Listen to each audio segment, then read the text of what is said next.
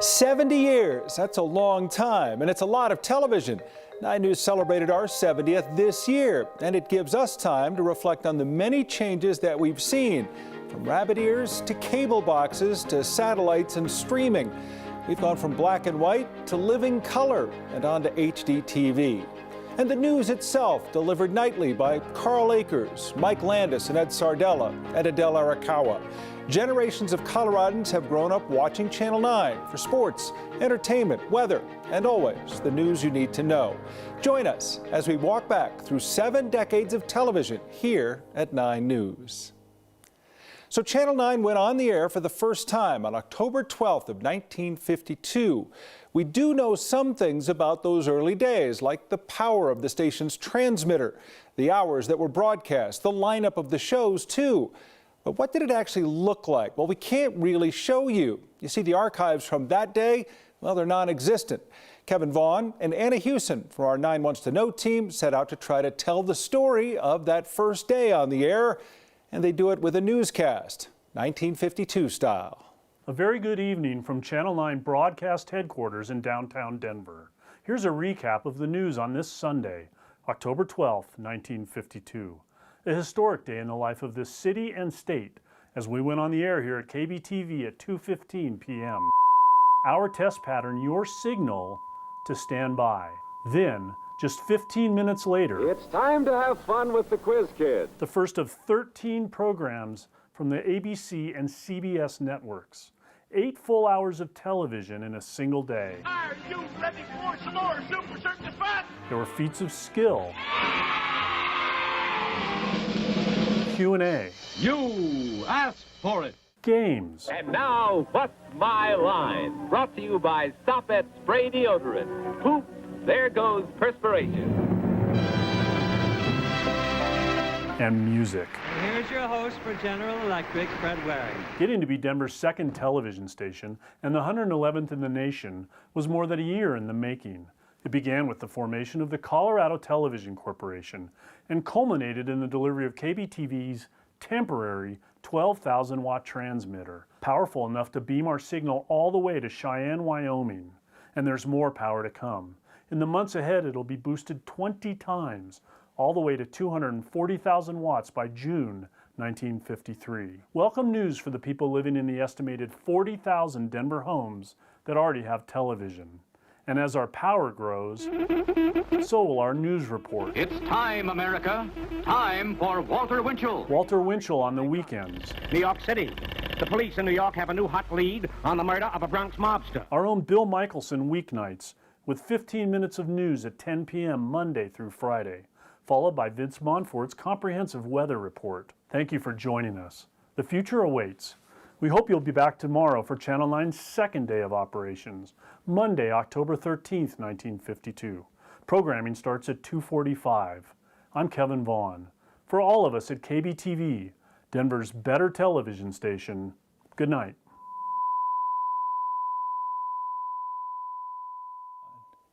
So the reason Kevin did this story is because we have no video, no recording of our very first broadcast. The technology to preserve all of the old film was nothing like it is now.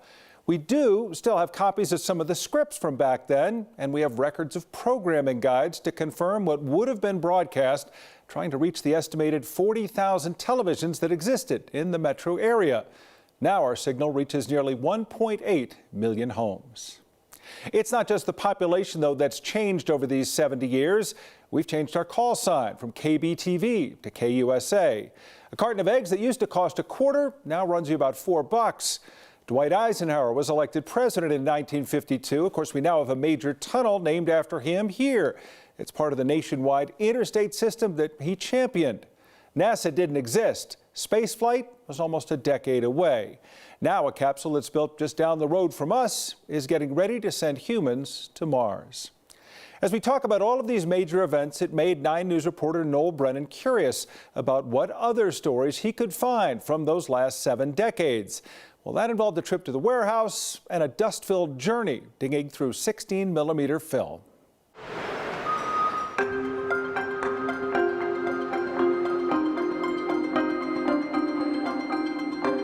Should I just try to find the earliest date and start there. 1969. Oh, these are so dusty. From this palette, 1975 all the way 74 to here is Channel 9 stuff. Any journalist That's pretty cool. hunting for a good story Look at how dusty this is. has to be willing to do the kind of digging I think these are from 69. that gets your hands dirty. My hands are so dirty.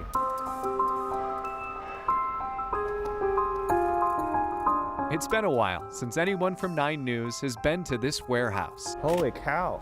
home to our station's entire 16mm film archive. Let's see what we got in here. Reels from the 50s, 60s, and 70s, untouched and unseen for decades. Looks like snow in a park. As 9 News celebrates 70 years on the air, I'm on a treasure hunt through history This is 1965. to pick out a few old reels of film Black and white. and rediscover stories told by journalists who came before. Police in Oregon are investigating reports of a man claiming to be from outer space who supposedly urged 20 people to sell their possessions and prepare to leave Earth.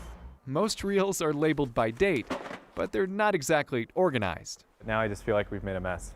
The coolest find for me is July 21st, 1969, the day after the lunar landing. The only way to really know what's on a reel Well, I can tell you there is footage on here. is to take a look. So what I'm doing right now is just adjusting the little gates here so that they can accommodate 16mm.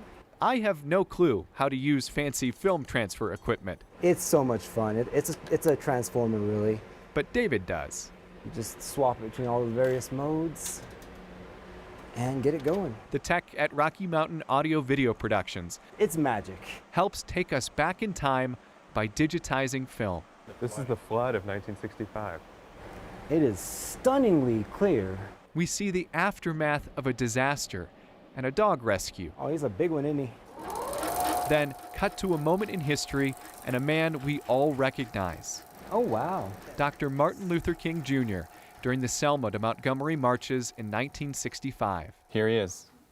There's Martin Luther King Jr. 9 News made the trip to follow Colorado leaders marching with Dr. King. That's it. How cool is that? Reels reveal milestones, literally.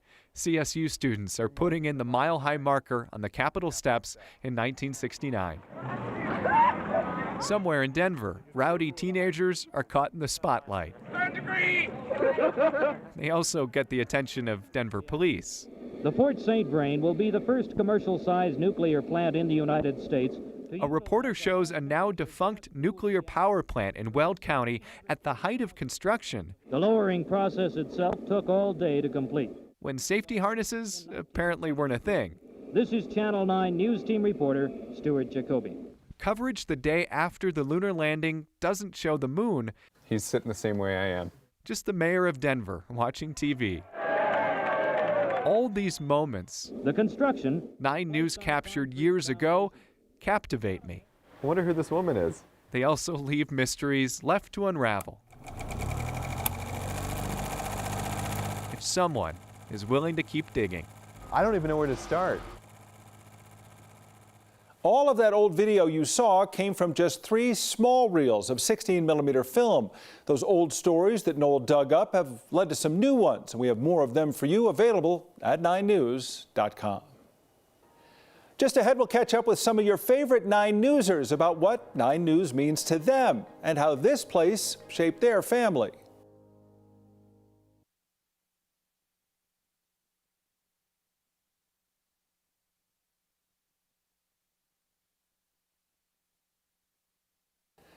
Over the course of our 70 years, so many outstanding journalists have worked in the 9 newsroom. Many of them worked here for years, decades even. And after all that time, all the early mornings, the late nights, the weekends, and the holidays spent together, you become something like a family.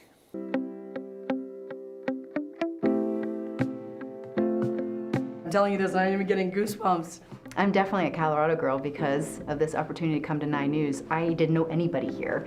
I was fortunate to be in the business at Channel 9 when I was, and I never lose sight of that. It was an epiphany to walk in here and work with the best journalist in the country every day, and I loved it. I loved being part of it. I still love watching it every day, and I do most every day. I don't have one sustained memory. I have hundreds. There are no favorite memories. There are so many. I have a lot of memories of just a lot of laughter that would go on behind the scenes. And that's my fondest memory of 9 News. Even though I've been gone for 4 years, when I see 9 News, the first thing I feel is home. I loved it here. The station always made us feel like part of family, and I think that really extended to viewers as well. They felt that through the airwaves. I'm very grateful that 9 News was so enriched in this community because it made me become a part of this community so quickly. It's my home.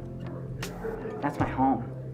I have a house and I have a family and I have all those good things, but this was my home for 40 years. I grew up here.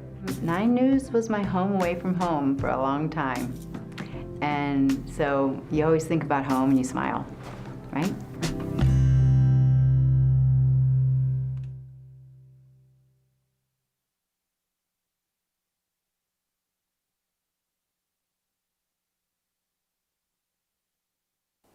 Of course, barriers still exist in every industry. Some of our previous Niners broke through some glass ceilings along the way, and in doing so, they made their footsteps easier to follow, paving the way for more talented young journalists to become some of the country's best storytellers.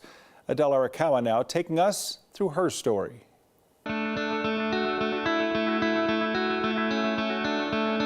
I don't consider myself a pioneer. There were many other women who came in this industry long, long before I did. Being a female in a male-dominated industry changes you. It makes you evolve.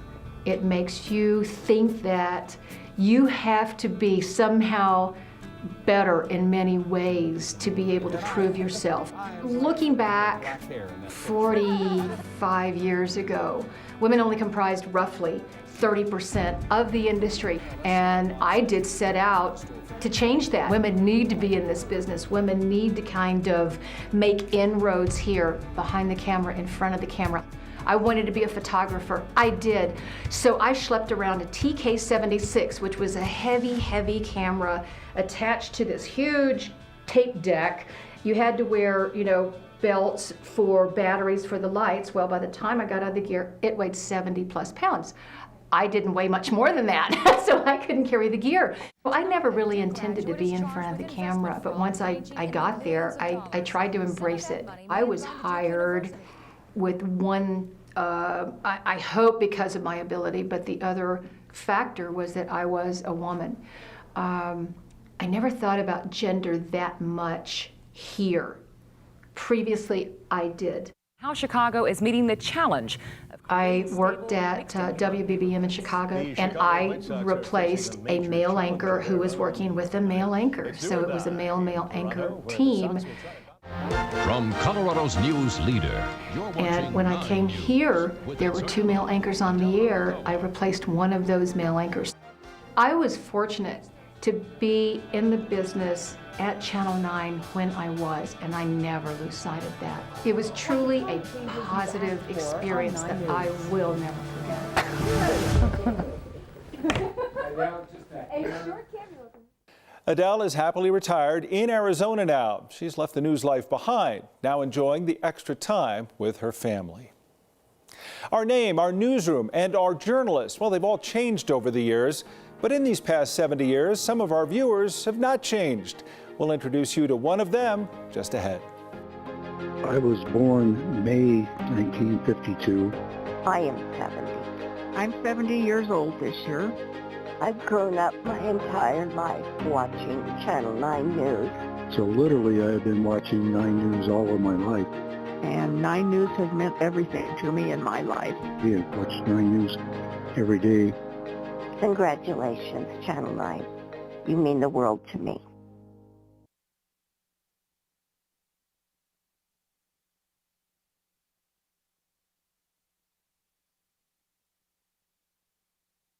Channel 9 coming on the air wasn't the only major thing that happened in our state in 1952. It wasn't even the only thing that happened on October 12, 1952 in Denver.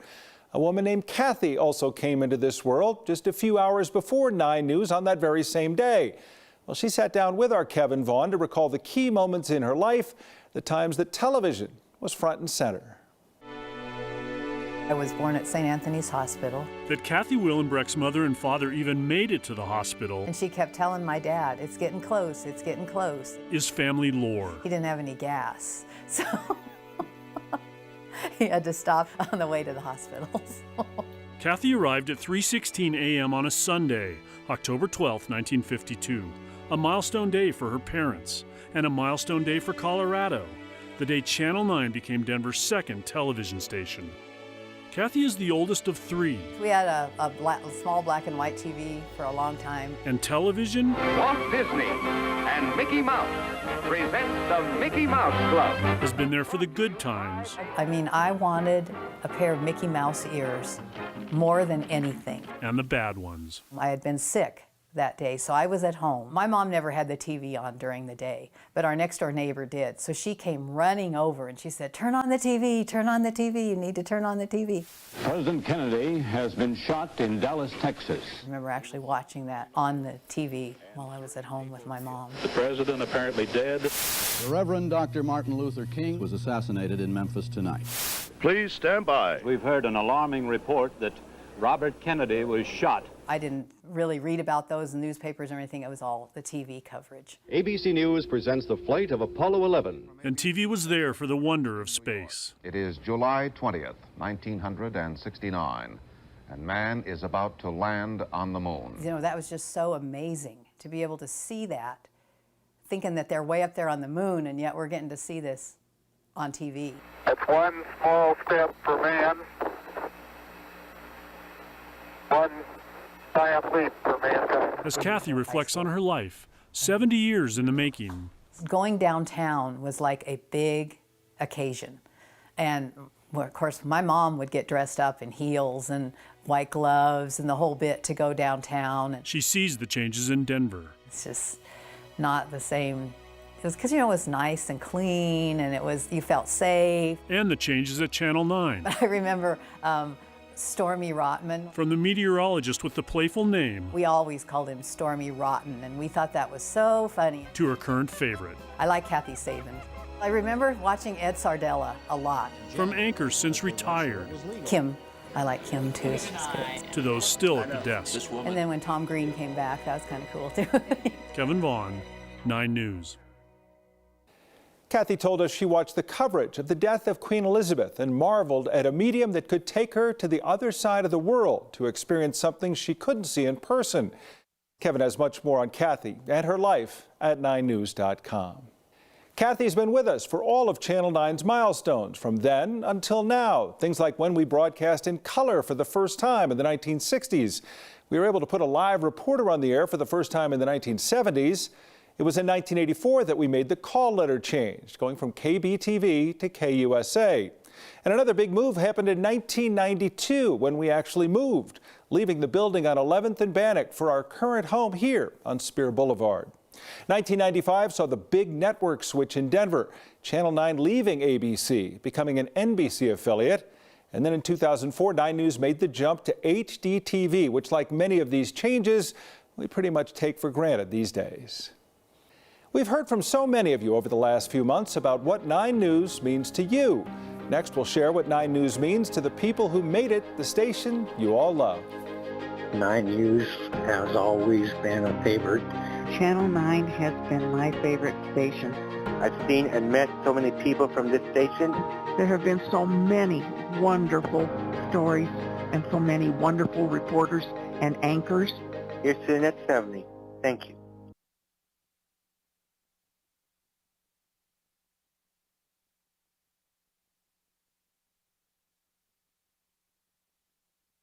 As our 70th anniversary fell this past October, we had a chance to celebrate as a family, reuniting with some of the people who helped build such a great legacy here at 9 News. I'm telling you this, I'm even getting goosebumps. I'm definitely a Colorado girl because of this opportunity to come to 9 News. I didn't know anybody here. I was fortunate to be in the business at Channel 9 when I was, and I never lose sight of that.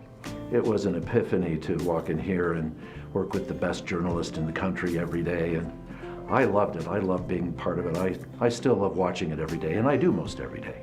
I don't have one sustained memory. I have hundreds. There are no favorite memories. There are so many. I have a lot of memories of just a lot of laughter that would go on behind the scenes. And that's my fondest memory of 9 News. Even though I've been gone for 4 years, when I see 9 News, the first thing I feel is home. I loved it here. The station always made us feel like part of family, and I think that really extended to viewers as well. They felt that through the airwaves. I'm very grateful that 9 News was so enriched in this community because it made me become a part of this community so quickly. It's my home. That's my home. I have a house and I have a family and I have all those good things, but this was my home for 40 years. I grew up here. 9 News was my home away from home for a long time. And so you always think about home and you smile, right?